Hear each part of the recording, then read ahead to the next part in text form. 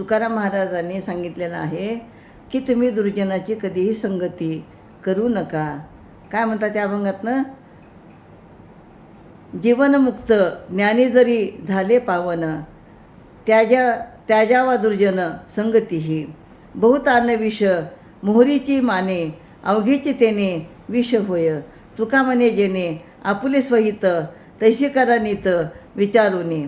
तर एखादा मनुष्य म्हणजे परमज्ञानी बनला, खूप त्याने वेदाचा अभ्यास जरी केला तरी देखील त्या ज्ञानी माणसाने कधीही दुर्जनाची संगती करू नये. कारण दुर्जनाची जर तुम्ही संगती केलात तर तुमच्या त्या ज्ञानाचा काही पण फायदा होत नाही. अन्न पुष्कळ जरी असले तरी मोहरी एवढ्या विषानेसुद्धा सर्व अन्नामध्ये विष पसरले जाते. म्हणजे थोड्याशा विषानेसुद्धा अन्नामध्ये विष पसरले जाते. त्याप्रमाणे तुम्ही जर दुर्जनाची संगती केली तर तुमचे सर्व ज्ञान म्हणजे त्या ज्ञानाला काहीच उपयोग राहणार नाही.